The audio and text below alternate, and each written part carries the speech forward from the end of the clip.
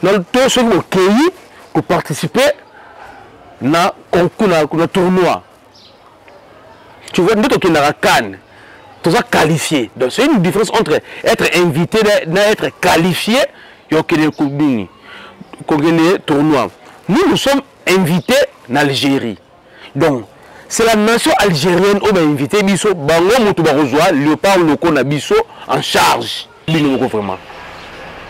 Papa, nous on n'a pas de Messie. Vous comprenez? On n'a pas de joueurs qui Sadio Mané, tout ça on a le parti. Qu'on se dise la vérité. On n'a pas de joueurs tels que Sadio Mané, tout ça on a bangoté. On n'a pas de joueurs tels que, comment il s'appelle, Baoulville Ça, tout ça on a bangoté. L'Égyptien là, ça là, tout ça on a bangoté. Papa, on n'a pas de joueurs tels que Sabani Londa. Papa, à l'époque, on avait des Sabani Londa, on avait des Trésors Lois, on avait des, comment il s'appelle, les défaites de Jason Mayele. On avait des Cyril Moubiala. On avait des Afrique ici. On avait des Cyril Moubiala. On avait des Marcel Mayo. Mais des terres de Zana Lekimbayo. Les Gabonais, papa. Moi, on a mis sur la là. Par contre, moi, on a comment peut être cop naïe. Avant la nationalité na biso. Mais là, tu joues ce que Bango, tu joues dans ma bouche, papa. Faut te préparer, match. Oh, tout le monde, il y a 5 morts. Ah! Il faut faire Mobutu Azala kaka. Faire Mobutu Azala. Puis bah jouer tout ça là-bas papa là. Le premier exemple quoi. Les Européens savent que les joueurs sont moins concentrés parce que au Etikali, les alliés que Bisso les supporters vraiment les fanatiques du football, tous à la discipline tant que tous au côté na infrastructure parce que moni bato CAF inspecteur à FIFA bayaka, il faut que discipline les alaka pour que de temps en temps, sanction boye comme la Bisso. Pour le moment, total en la télé, tout l'andelango vraiment na musique place to kozala, ceux qui na ba radio, ceux qui wapi, mais tout chabiso nyo sur mon thème ici comme pour que le pan na biso longa comme toujours. Excellence, pardon, la lingala, excellence. Vous pensez que 4 jours il suffit Bisso na préparation pour nous na Gabon pendant que je pense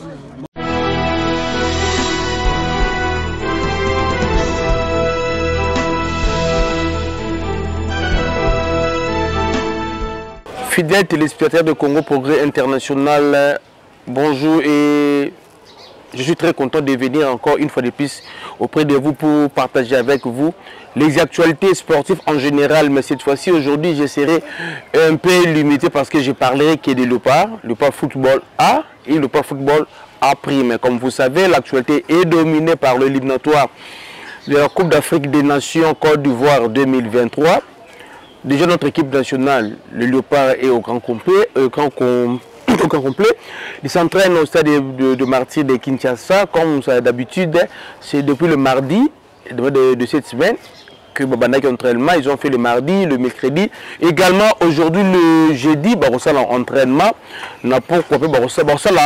Pourquoi parce qu'il faut équipe gabonaise et ça là. 2 jours aux donc c'est quant aux Gabonais de dire bon c'est l'entraînement Ernini après la R Nabango. Nous allons pour ça faire notre entraînement après. Nous allons parler ensemble avec vous ce que j'ai constaté depuis date FIFA où ils ont proclamé depuis rassemblement joueurs et bandits. J'étais à l'aéroport, j'étais au stade, j'étais à l'hôtel, donc il y a des choses où ils ont des cas. Je sais pas. D'abord, je commence par la Ligue nationale de football de Kaka. La Ligue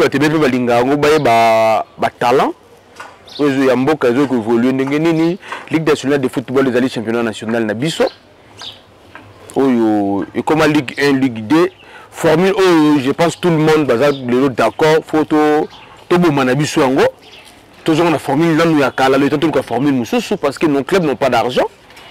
Il y a aussi la Ligue 1 et Ligue 2, on n'a pas l'argent. Nos clubs ne sont pas vraiment outillés financièrement, techniquement, donc nous allons nous vraiment qualifier.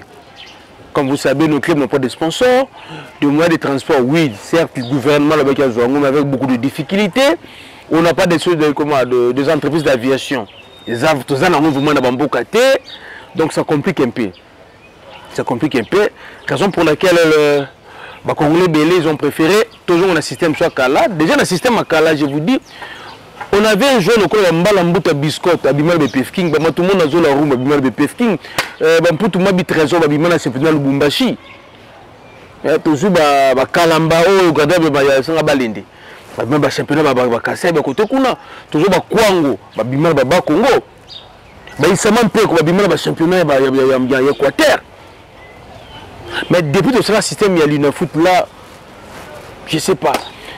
Le championnat mieux surtout provinciaux. Si je suis Ligue 2, ne parle même pas.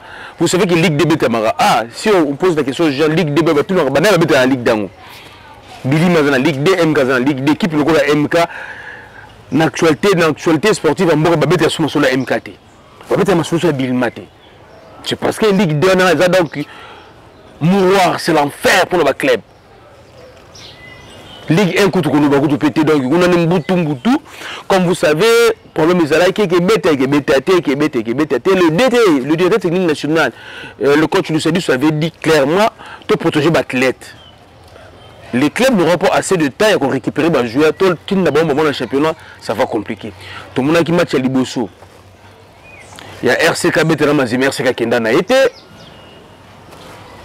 de ana Kinshasa il m'a betina sana bel dans gagner qui 3-1 match moko bongo kaka donc tu habite sur que match à sélection kaka vite au betana sanga balende mais donc on sent pas Ligue 1 tout sentir en côté gwa kimini cameraman munene mboka oyo vraiment merci la présence na peu mais na c'est bon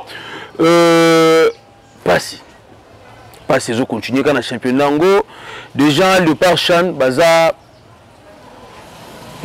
internet le temps dans un bon 5 entraînement stade de mardi très tôt le matin le but vendredi bazo voyager bazo kende na comment on appelle ça bazo kende Algérie là où ils sont invités c'est ici aussi le fondement entre parenthèses nous devons faire la différence entre une invitation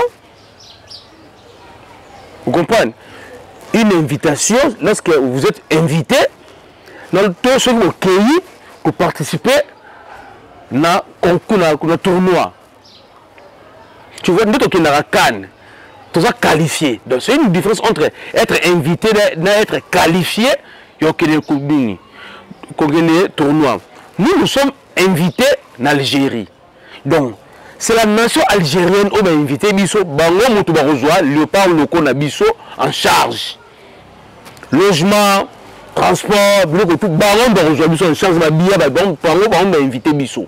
Ils sont sur la liste de joueurs, quand ils ont un visa collectif, un passeport de service, on est joueurs. Fédération Sœur et Algérie, nous avons Bisso en charge pour eux, nous avons invité à Bango. Vous comprenez, nous avons fait, nous avons invité, peut-être qu'on a mis un cadeau. Mais Massanga, nous sommes Massanga, qu'on lui a reçu un bâtiment, ni rien. Donc nous sommes invités. Donc, si vous avez un gouvernement, on a le FECOFA, le ministère, CG Barthélemy Kito, nous avons son excellence, nous sommes des invités en Algérie, de tournoi Wana. Tu as qualifié, tu as concours, tu as phase préliminaire, tu as éliminatoire, tu as qualifié, nous sommes des invités en Algérie, donc on n'a rien à dépasser là-bas. Tu as dépasser donc, moi, je matin à caisse à l'État. Parce que donc c'est comme si tu as tourné mon robot. Tu fais un peu de monalité. Tu papa. On va inviter, mais il faut inviter. Donc, prise en charge en Algérie, ils allaient assurer la fédération algérienne. Donc, FECOFA, ministère, ministère de la Finance, mais à budget, Makambo est un libiso de Mbongo Té. Mbongo, voilà, entre parenthèses, Botin Nangona Goma. Boki, Botin Nangona Goma, Ndenga Boyebil Soussou. Notre pays, nous sommes toujours en guerre. Entre parenthèses, là. Je dis encore merci à Corona, tout Bazana Kivu. Garçon Beke, tout à Kivu, nous avons 7 frontières communes avec le Rwanda à niveau à Kivu. Banamio, surtout à Kivu, Kenda, qui va côté na Rwanda, Bitumé Banda. Bakota Kaka na Rwanda, Bitumé Banda. Donc, tu as toujours aux aguets. Merci pour la FARDC parce que renfort est acquis, vous êtes toujours pour aux aguets. La frontière, on a vu sur le moment où vous avez militarisé. Tu prends le bagage qui est non, il y a un peu de côté, la vie se toujours zélaï. Avant de mettre un plateau, ah ouais, bah ben na bande nous na Kikwiti, bah doit la marche ici ko, ah vous allez 11h de Kinshasa, doit la marche pour nous soutenir la FARDC. Après na Kinshasa, bah étudier lui quand la mine ba marche vraiment chef de l'État Félix Tshisekedi ko zonga simaté. Courage aux autres qui n'ont pas souka. Nando barango, atama guerre amicale na Rwanda, guerre amicale. Comme il y a avec la personne au bunda guerre na mboka n'était mal au biango. Papa il y a tout ça minemwe. Toi au bunda n'était minemwe. Aller na minemwe retour dans la bandoudou. Toi forêt équatoriale. Comme il y a la personne au bunda guerre té. Biso la personne au bunda guerre ton 10 000. Aya aller rebunda dans la forêt équatoriale. To bundine équateur on a retour. To meni était qui sangana était na nini na beaucoup na qui sangana était na basoko. Après ce qu'on respecte côté. Trop c'est trop vraiment il est trop merci. Ndenge zakaka otesi ngoma asaka entraînement le ba joueur na yeba ndiko ngai abimisa liste ya la présélection bazaka 49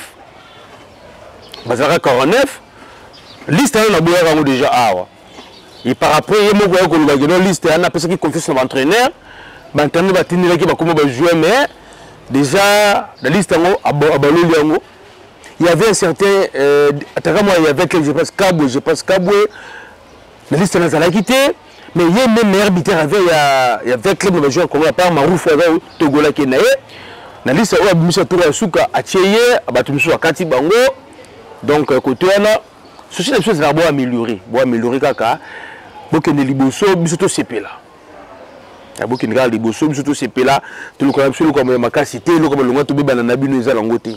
Bonne chance na bino voyager lobby vendredi le parc on voyager lobby vendredi pour kende Algérie bonne chance na bino bokende bo som ndenge bo sala kaka ndenge mo ngimbe lobby ya biso na interview bazay déjà pris bakende mais bizarrement bandeko na ngai Mazembe match na RCK fala betre RCK et betamité Mazembe zo la soki ba sisi ba journée bati Algérie ba zone je pense le 15 ou le 16 ba ko zonga pas betre na imana le 17 et bizarrement ça serait ici à Kinshasa. Je ne sais pas Mazembe René ba joueur na quand parce que on va que na le par Chan ba ki 5 on va na le par A ba tikali après le 8 le 9 ba groupe Algérie. Donc ba ki de Mazembe je pense au satire naie professionnel. On a vraiment sur le joueur sans côté ba Zambia ba ki ba Mali ba kiki sur le joueur j'ai mis de jeu déjà de 8 9 joueurs.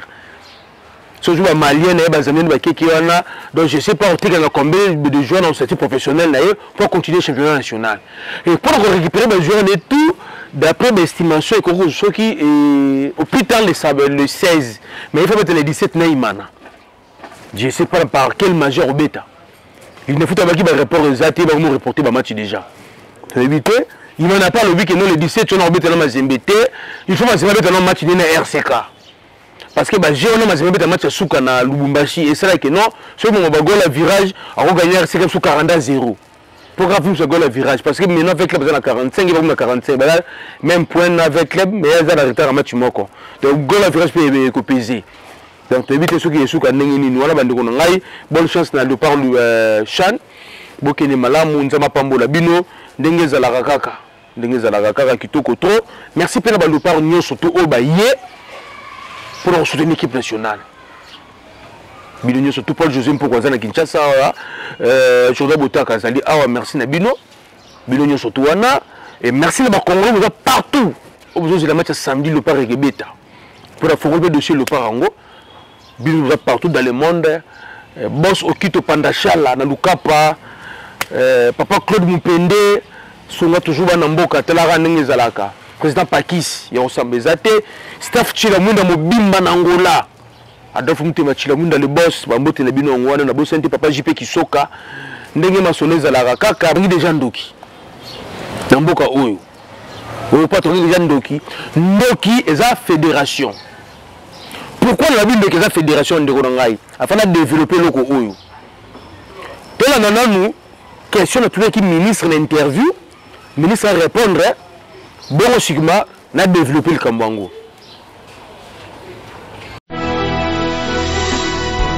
Les Européens savent que les joueurs sont moins concentrés parce que les alliés que Bisso les supporters vraiment les fanatiques du football tous à la discipline tant que tous côté na infrastructure parce que moni bato CAF inspecteur à FIFA bayaka il faut que discipline est pour que de temps en temps ba sanction boye comme la Bisso.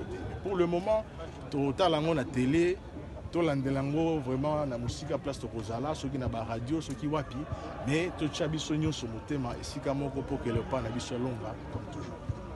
Excellence, pardon, la Lingala, excellence. Vous pensez que 4 jours il suffit Bisso na préparation au Gabon pendant que je pense vous avez 11-12 journées à préparation sur 4 jours il suffit vraiment. En tout cas sur le plan technique on est allé motuna borotuna ba entraîneur. On a la politique et sport, et puis ça va moyen, on a un calendrier. Nous allons la fédération Nabiso, nous avons une expérience parce qu'ils ont organes techniques, ils ont Kamba, football, Nambo, Nabiso, staff technique, ils ont un calendrier, donc 4 jours, 2 jours, 1 semaine, 12 jours, on va le Nabiso que il y a encore du temps pour se préparer. Puis ils ont des joueurs amateurs, ils ont un club Nabango.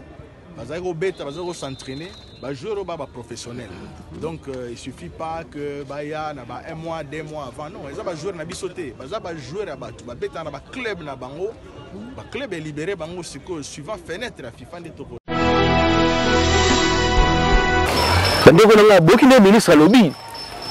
J'ai posé la question à notre ministre Serge Condé d'entraînement Léopard. On a toutes les questions, son excellence.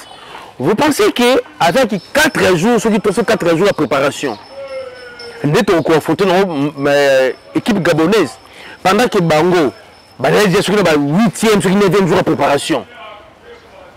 Vous avez une excellence à l'objet, mais il faut une été.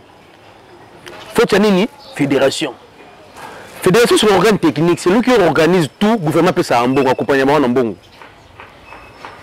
Donc, ce qui est déploré, il y a préparation dans le Léopard, la fédération. Vous voyez, ministre Alobi. Donc, le gouvernement était prêt, tout ça, le rassemblement, même 10 jours avant. Le gouvernement était prêt. Parce que c'est peut-être silencieux là-haut déjà. Et silencieux là-haut, le gouvernement était prêt. Le gouvernement était même prêt. Tout le monde a rassemblement, même la Belgique. Il y avait l'argent. Parce que c'est l'argent des contribuables congolais, nous, nous sommes dans la Banque centrale. Mais la fédération a préféré renseigner lundi, peut-être un entraînement mardi. Les jeunes sont le patron de la fédération, dans l'équipe, Marcel Tisseret, aux gens on a C, aux gens on a ceux qui mardi, pourquoi? Et donc, un mercredi, papa.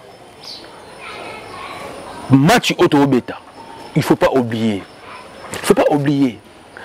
Équipe gabonaise, nous avons rejoint l'Afrique centrale. Nous avons une équipe moko oyo aboma mais il y a les Carabissos à Cameroun.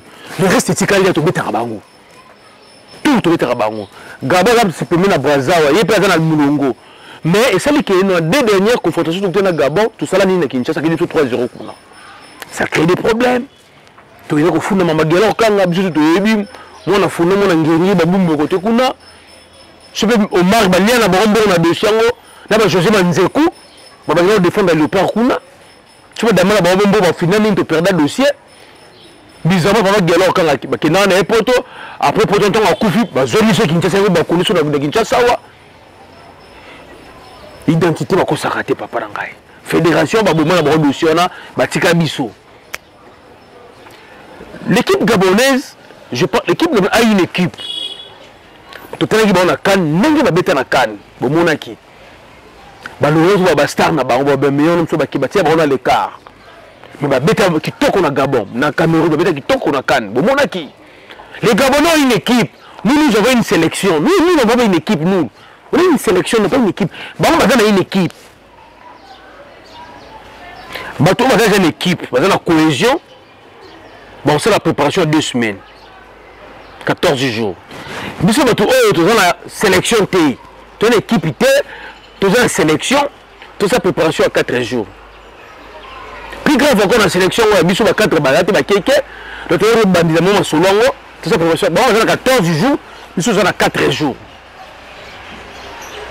Vraiment. Papa, nous, on n'a pas de Messi. Vous comprenez? On n'a pas de joueurs qui Sadio Mané, tout ça, on a le parti. Qu'on se dise la vérité. On n'a pas de joueurs tels que Sadio Mané, tout ça, on a bangoté. On n'a pas de joueurs tels que, comment il s'appelle, ça, tout ça, on a bangoté. L'Égyptien là, ça là, tout ça, on a bangoté. Papa, on n'a pas de joueurs tels que Shabani Nonda.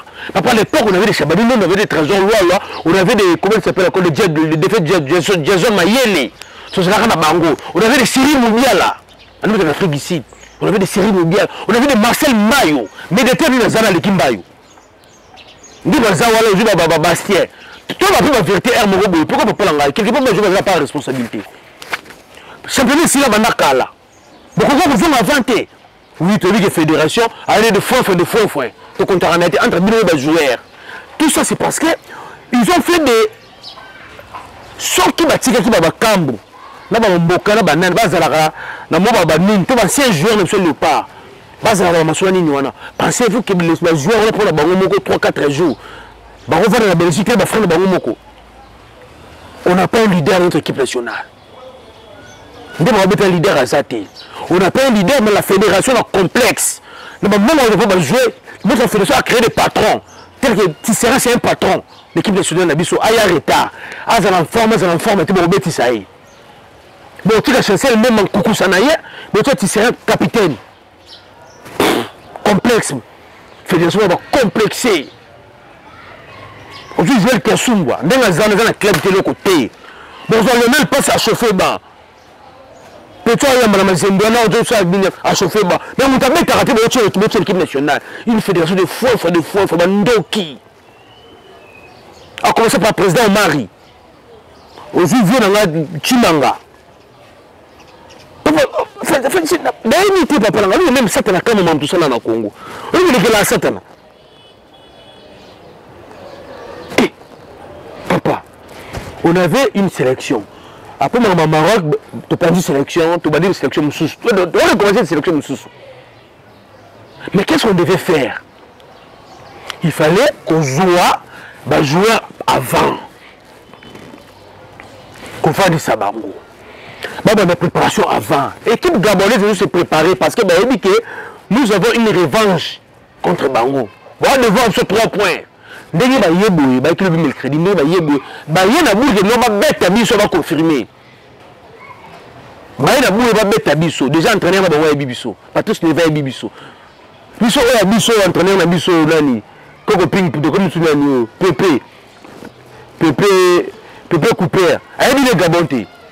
Mais Patrice Neve Bibiso. Vous comprenez? Patrice Neve Bibiso. Où est Bibiso et Bibangote? Bon, on va tout le temps préparer. Dans une équipe.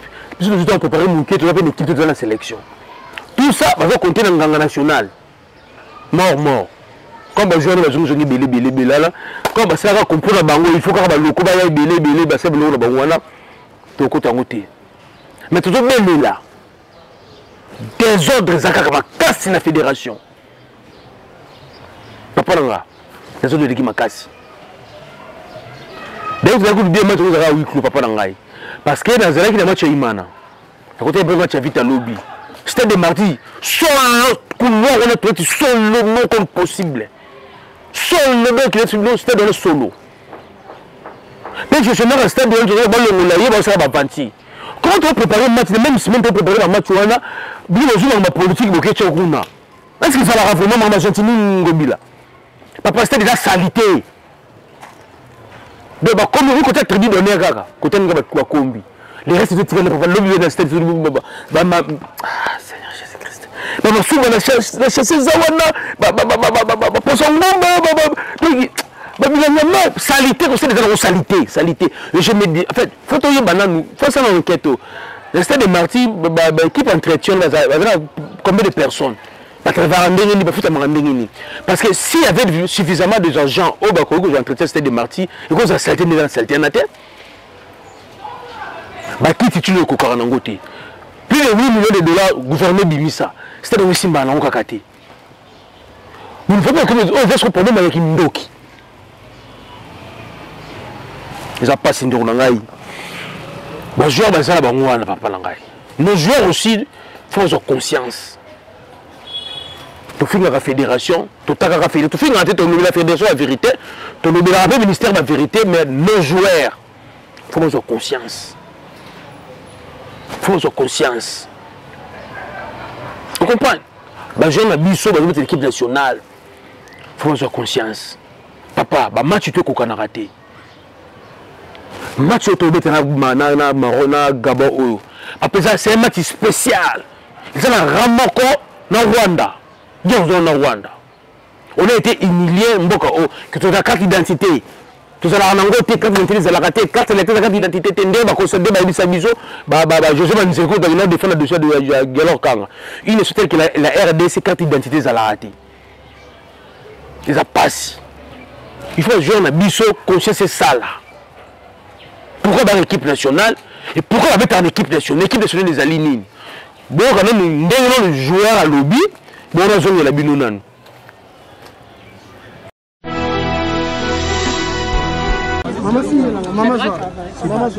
Les choses démarrent déjà.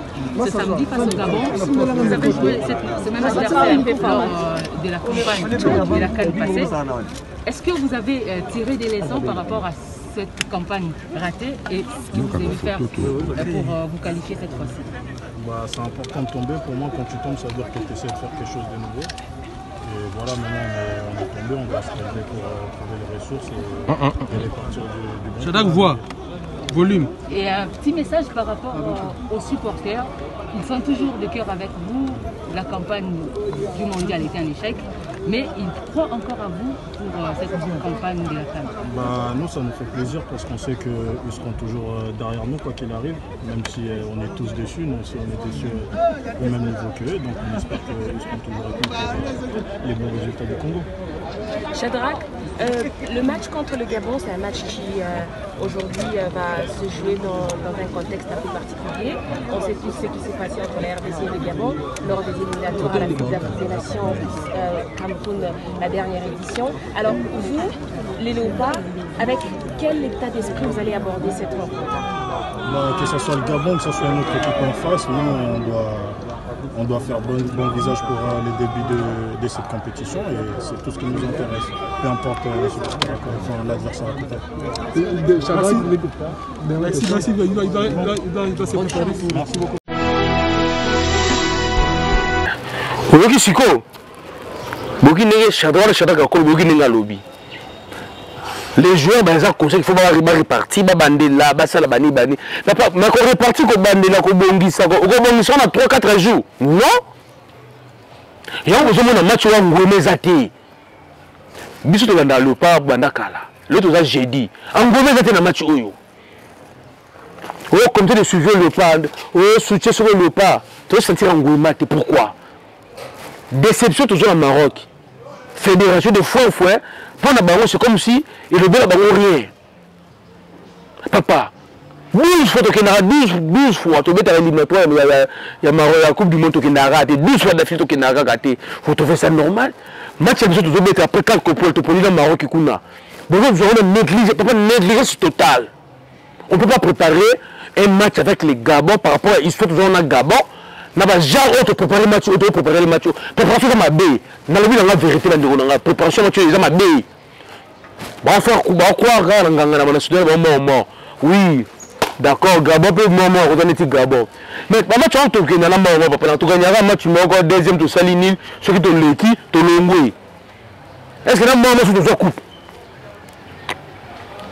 le pan des abongo ba péré la coupe ko loba. Soyez mort danger. Pourquoi vite la Coupe d'Afrique vite Naïman? Papa, il faut une bonne préparation. Moi je vous dis, on ne se prépare pas bien pour le match à Gabon. Je suis congolais.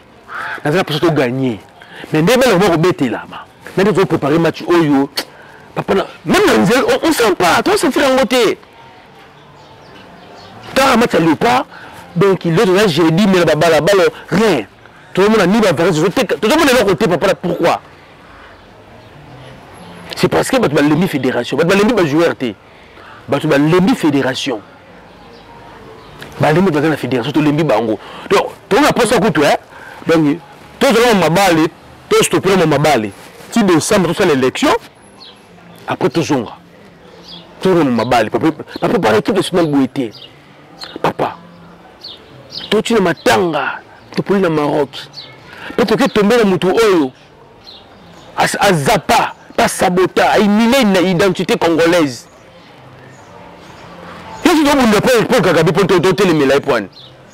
C'est parce que être congolais c'est rien devant rwandais. Les Gabonais papa, parce que moi na biso ba tchela, ba kompo moi na ba kompo peut-être cop na yi. Awona nationalité na biso. Mais là que juste ko bango boy, to ju bona maboko papa. Faut préparer le match. Oh, tout le monde 5 morts. Ah! Il faut faire Mobutu Azala kaka. Faire Mobutu Azala. Puis bah je tout ça là-bas papa là. Le premier exemple moi quoi. Jackson Mouleka bête à la Turquie. Tu seras bête à la Turquie. Mouleka yaki avant, tu seras un retard point. Tout le monde c'est un retard point. Kebena bête en Angleterre. Comment est-ce que Kebena Kogoya avant et donc il y a un retard. Déjà, tout après, faire le championnat, on va faire vacances 3-4 jours. On va faire vacances 3-4 jours. Quand tu vas faire vacances, papa, tu es professionnel. Tu es papa, match le cola, il y a Gabon. Na histoire autre, tu as Gabon. Est-ce que les joueurs n'ont se comporter bon? Pour ce championnat. Papa Langaï, vous avez déjà constaté le match, on a été bouqué de vacances 3-4 jours. Tu peux te faire vacances 3-4 jours. 2-3 jours. Quand on va vacances, c'est une équipe nationale. Là, les joueurs perdu nous. Tout ça même, c'est la fédération de merde, la fédération de fouin. Parce que la fédération, c'est un calendrier. Programme, il y a 10 jours avant le match. Il y a tout ça. Les ministres ont dit ça tout haut. Faut que ça ait été. Faut que la fédération organise le programme où on a créé 4 jours d'entraînement. Ils ont tu pour quel intérêt? Comme l'équipe nationale le part A, et comme on a un COP, et je vous dis, dans le moment où il y a un groupe, il y a un groupe, il y a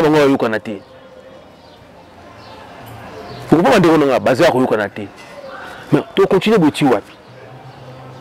tu nous continues à mettre pour l'équipe à Tiwapi.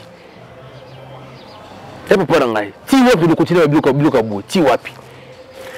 Avant de passer après mardi, entraînement à mardi, entraînement à mercredi, tendance c'est dégagé qui déjà il y a 11 de départ. Mais avant je voulais m'adresser à mes parents, il y a des joueurs. Nabandeko, il y a des joueurs. Mes chers compatriotes, nous sommes des Congolais et nous sommes des Bantous. Parce qu'en réalité, un tout Congolais à la raté. Nous sommes des Bantous. Un Congolais nilotique, les alous, ce sont des nilotiques. Mais en termes de morphologie, ils n'ont rien à voir avec la morphologie rwandais. Papa Marini Bodo. Papa Marini Bodo. Mahagi. Papa, tout solo là, nous sommes des Bantous. Nous avons notre histoire, nous avons notre coutume. Nous les Bantous. Déjà, chez nous les Bantous, cousins à la raté. Pour la famille. Moi, je ne peux pas parler que oui. Na français cousin, mais vous avez dit qu'il y a un abisso. Tu peux dire qu'il y a un abisso. On a dit qu'il y a un abisso. Tata moi c'est un abisso. Papa dit qu'il y a un abisso. Vous comprenez? Des fois, papa est qui n'a biso. De papa, il est qui n'a biso. C'est le frère à papa. Ou les petits frères. Français, j'ai compliqué même. Papa est qui. Peut-être qu'on a les besoins. Soit papa est qui n'a yo, on n'a pas nayo. Ok, peut-être moi aussi, on n'a pas nayo. Ok, nous sommes des Bantous. Lobby, après entraînement, le pas entraînement de huis clos. Après, dans le lobby, je m'appelle. La fin na je suis presque au Vandarana. Peut-être au Col Saraboul. Bisous, ta base fait codis, au Col Saraboul. Bah, soulever pour mon c'est très important. Bah, pareil, nous surtout besoin de joueurs. Bah, tout besoin de joueurs. Vous savez, biso wa bantu, même la Bible nous dit, parents pambola omona na même dans maluba. Autant même la Bible omona. Parents pambola omona même dans maluba. Parents pambola omona na maluba. Alors, les parents biologiques et les joueurs, arrêtez de créer des conflits entre bande na bino et la famille na bino. Vous ne voulez pas famille na bino, pas pour chaque bande na bino. Mais bande na bino, vous avez besoin de Congo, parce que famille na bino zali. Badmazo Nyonga, Badmazo il y a partout dans le monde. Badmazo des assos, Badmazo Nyonga, parce que dans les joueurs, tout qui est dans hôtel. Batu Bazako Nyonga. Au moment où maman m'a renvoyé, à une moment on a tenu moi à n'importe moi on a eu à qui n'a pas on a beau moi on a commis jouer comme Zombong. Maman on a quoi papa a beau tailler à Koufa, mais quoi qu'on a conseillé papa ne Pierre, maman conseille papa ne Pierre Tombalte. Yo moi na maman tindo na poto ndonga okenda poto oboti mwana moi comme joueur mais quand conseil là nous ba les Pierre Tombalte moi na tu poto ayabeta balle en Afrique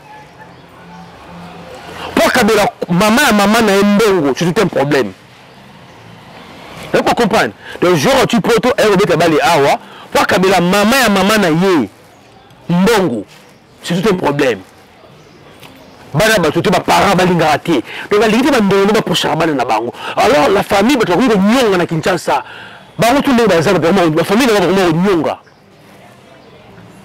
nous sommes des Bantous après na Congo oh système les la rabona to ndoki moko ba kona senze tan fo comme ko ba ke hôtel ba ko na maman we musu mutakala bo oh ndoki ko exactement lelo ah exactement lelo ezala biloko mususu faut te le bilan so je suis ma pété na mboka ba ezala parents ba joueurs.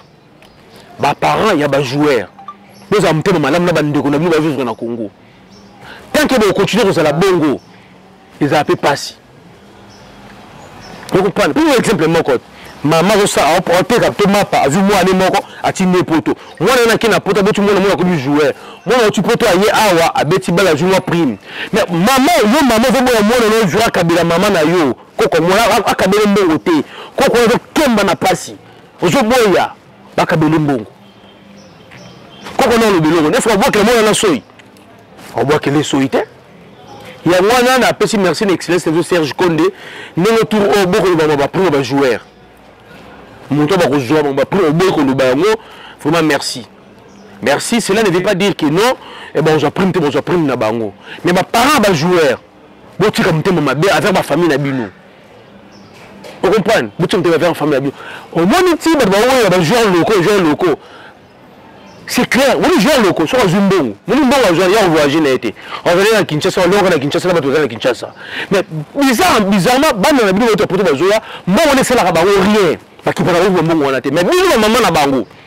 Pourquoi vous compliquez pas de la vie? Vous allez avoir un bon ah, bah, on a encore un poteau. Après, ça va tenir à Kinshasa. Alors que l'autre, on va créer un thème, ma béqueto. Si on dit que non, celui qui va gagner 5 000, celui qui va gagner 7 000, 5 000, celui qui va gagner 4 000. Famille, comme tu as dit, le côté, pas pour le temps, ça va gagner 1 000, 4 000. Il faut monter mon côté. Il faut monter mon côté. Pour finir, tendance, après l'entraînement mercredi, c'est dégagé comme équipe le 11 type, équipe le 11 de départ, équipe nationale, la Bissau et Beta, samedi. Les tendances, eux, c'est dégagé par rapport à 2 séances d'entraînement. Gardien, Israël qui Lionel Passy. Na 2, Israël qui na Mukoko Malé Soso. Na 3, Israël na comment il s'appelle encore Glodin Gonda. Na 4, Israël na Kevin Mondeko. Na Nata Idumba. On va mettre à axe. Donc, il serait na axe à Zaraïti. Quand on va mettre à 4-4-2. 4 liboso bangola deuxième bloc à 4 chacun a kola ga mupandi 8 so za mupandi mutusami na Edoka Embe bonza na kati basi un peu amona na été likolo ba poté Ben Malango na comment il s'appelle encore na Jackson Muleka donc Jackson Muleka Ben Malango ba poté likolo chacun a kola mupandi 8 mupandi na kati Edoka Embe na mutusami na sima toza na Lionel Passy na poto toza na Nata Idumba na Kevin Mondeko toza na Glodingo na Muzinga toza na Mukoko Amale et donc c'est dégagé qui en wana donc ici la bête sous fédération nous ne voulons pas qu'il y ait un poteau le match parce qu'il y a un baraté Lionel Passiona a trouvé le championnat qu'on a hôtel combien de matchs a été encaissé Lionel Passi bon encore l'autre question batté l'autre a été na axe petit serré l'autre a été mais comme on a vu petit serré mais tout papa na yesu qui appelle ça 2000 de la fédération c'est dégagé quelque chose on de départ yangwana pe bande ko na ngai constant na scène stade de Martin Sebino nos joueurs bazo banga lisusu pour couperté on regarde ça on visite les joueurs le mardi na moni yangote donc depuis quand comment je liste la fédération de joueurs baba ko imposer ba joueurs na classement ba joueurs oh ce qui va comme le niveau wana et que entraîneur ba joueurs ba banga lisusu te il est comme les a soutenir l'équipe peu bizarrement papa ngai comment construire mal ko tia au Zaïra ou ko tia l'équipe nationale nini za papa nini comment on a habité n'a pas pu couper on sur la source na crédibilité totale on comme bâtir mon Zaïra et des monter on dit tout habité mais tout ça me la nzambe Simba et Simba ga kende classement oyo la PCB Noana donc ceux qui vont changer 2-3 joueurs donc Ezali Lionel Passi de ce passe à Yambité Badjo parce que comme question va tout zo boy yango vraiment ba boyi na axe Kevin Mondeko na taille Dumba en Afrique du Sud toza mukoko kwa Male na Glodi na Muzinga bazali wana donc il besoin 4 toza champion Kakolo Yohan Wissa toza na Mutusami toza na comment il s'appelle encore Edo Kaembe Likolo tozali na Ben Malango na Jackson Muleka bon bazali wana courage de l'équipe nationale la monsieur Simba nous devons soutenir FARDC nous devons soutenir Bino vraiment ma bonne nous a toujours nassé ils a toujours nassé si l'entraîneur a comprendre enjeu à match OT parce qu'il a dit que tu as aussi une journée tu ça la journée tu récupérer le banda nous les Congolais nous savons que na gaba match sur bêta les matchs défi il faut gagner impératif il faut gagner. Je fais confiance à ma joueur Nabiso. Je sais qu'il y a besoin de temps, la préparation est bien, la préparation est bien, elle est biaisée. Tu me donnes confiance, vous êtes professionnel, vous êtes bundaraka. Vous êtes bundaraka, le Wembo Rezala, vous ne pouvez pas que quota. Tant que vous pouvez que quota, il y a mon camp moité. Moi-même, j'ai vécu ça en Afrique du Sud. Steven Pinard, à hauteur qui Europe, a été sélectionné à l'aéroport, à l'équipe, tu vas maman couler tout naïe, ou beaucoup laïe. Aïe, qui t'a le Longoli. Na chaussette maman compte ya boire que les soins de makolo a boire que les soins de makolo après 6 la chaussette na catch a jouer tirer a démarrer voiture oui c'est équipe nationale waouh ba ke tirer dans la centre na bango a autre poto a une famille zo mokako sur la famille OK a zo mokako sur la famille après à quelle sélection donc biso pe na mboka na biso toza na biso to soutenir l'équipe nationale na biso mais to lingini c'est Rezala Bochambongo, bon sa préparation, sans presser la bajure avant, comme ça on va là, et zala les sous-souter. Vraiment merci bien tout le monde biso. Conscience quand on va jouer, conscience c'est zala. Quand tu comment, conscience c'est zala. Déjà tout le monde entraîneur, bon bah son entraîneur, tu as l'autre compter l'entraîneur sous-souter. Bon mettre système à maman aller, on 98.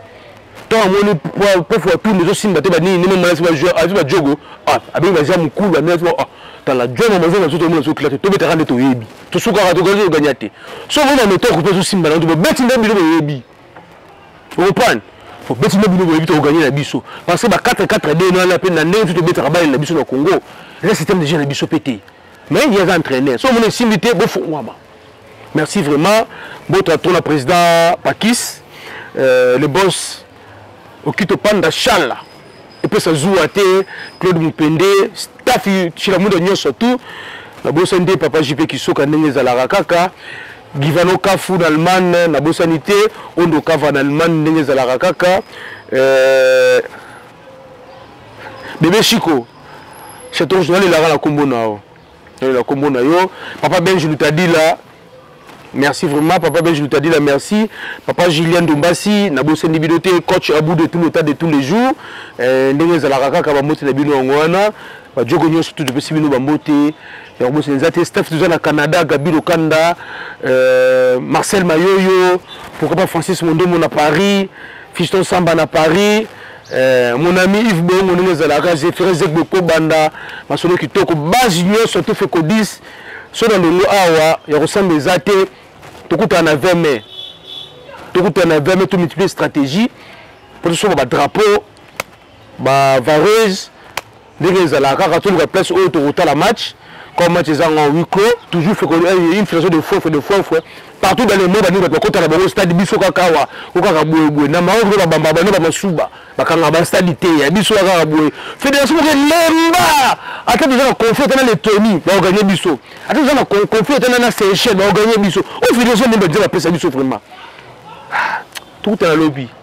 Plaisir à trop.